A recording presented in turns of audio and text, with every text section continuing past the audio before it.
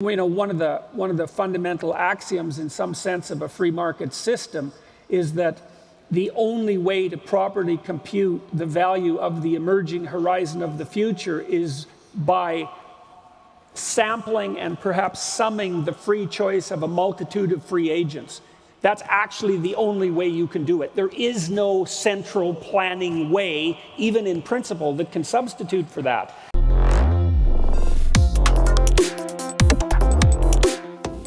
And then I was also attracted by the revolutionary element of the idea, which makes it not humble in some sense, which is one of the things that worries me, because it looks to me like if the Bitcoin theorists are correct, and Bitcoin does take priority over the other cryptocurrencies, that could take the monetary system permanently out of the hands of the political establishment, or the political system. Yeah, so that's not humble. But it's also, as a social scientist, that also worries me because, you know, when you do something complex, you think this is the problem with the central planning mentality.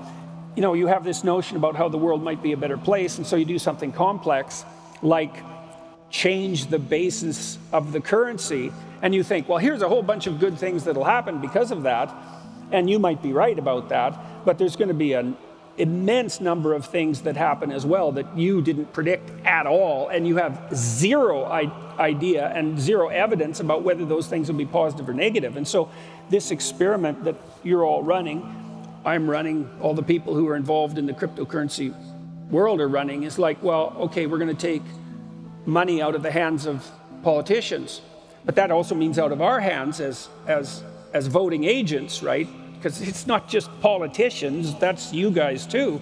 We have no idea what would happen if money per se was actually decentralized. And we also don't know, like if we manage that, let's say Bitcoin attains primacy, is it irreversible? Like, is that permanent? And then you think, well, what if it's a bad idea and it's irreversible? I'm not saying it is, you know, and I'm not even saying I'm necessarily pessimistic about it, but the probability that you invent something extremely powerful and it only does the things you think it will do and all those things are good, it's like, no, that never happens. I'm not really suggesting that you do anything as a consequence of this caution. I'm just saying that, you know, unbridled enthusiasm predicated on the assumption that your new system will only do the good things you think it will do, that's not wise. That isn't what will happen. Now, this currency revolution might be proceeding in as positive a manner as we could expect, because at the moment what we have is, in some sense, unbridled competition between a variety of currencies, and they're competing with fiat currencies, and maybe that's the right way to settle which one is more valid, is to let the competition proceed apace and let a multitude of people make their free choice and, you know, accept the emergent winner as the valid winner.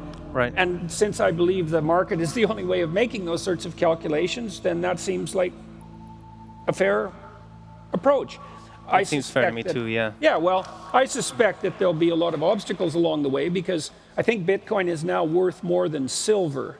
My suspicions are that there's going to be a lot of kickback at the governmental and bureaucratic level over the next 10 years, you know, and it's certainly possible for government agencies to put a stick in the spokes of a very well-functioning bicycle.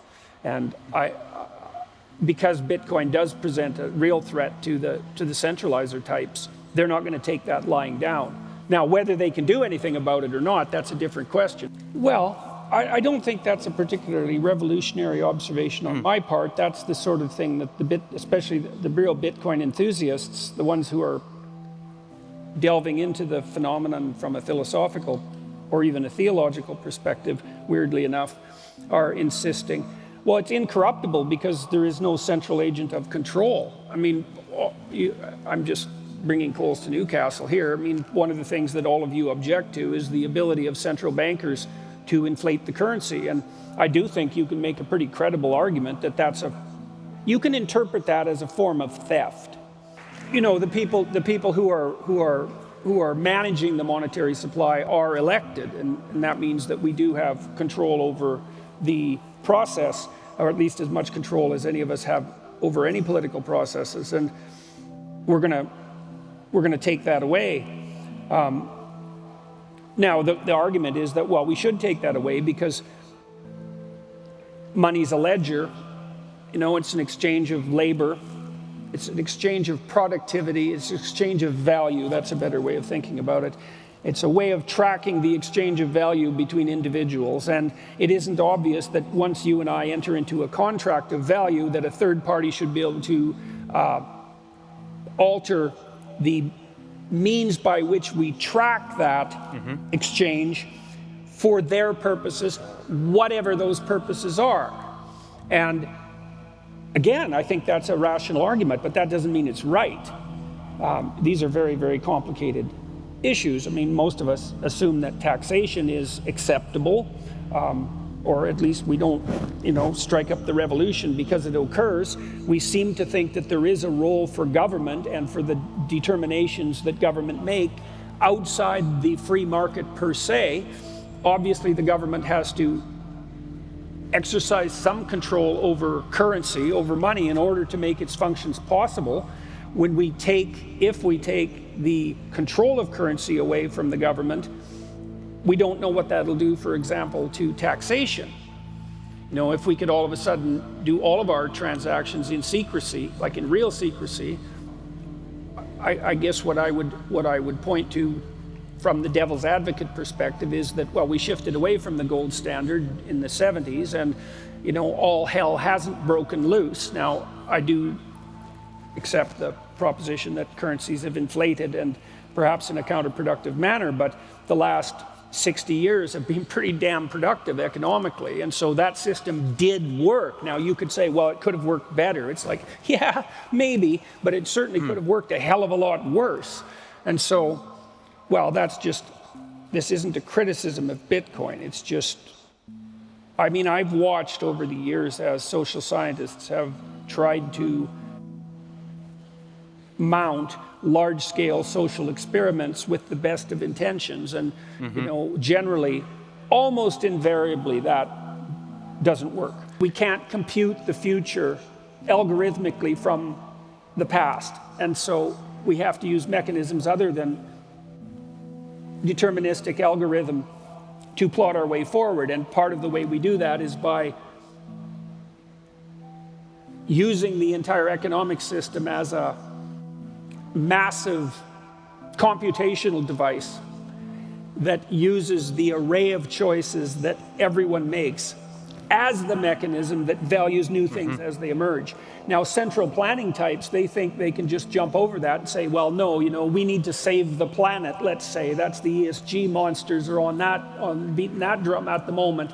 And so they think they can subordinate that computational mechanism to some sort of ethical or procedural algorithm.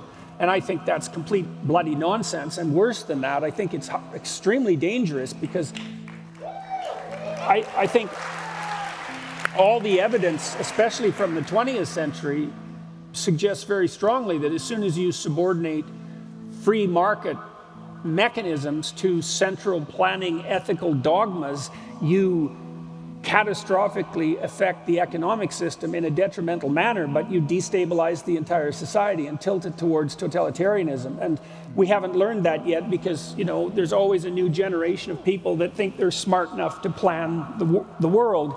And Bitcoin, in principle, stops that from happening.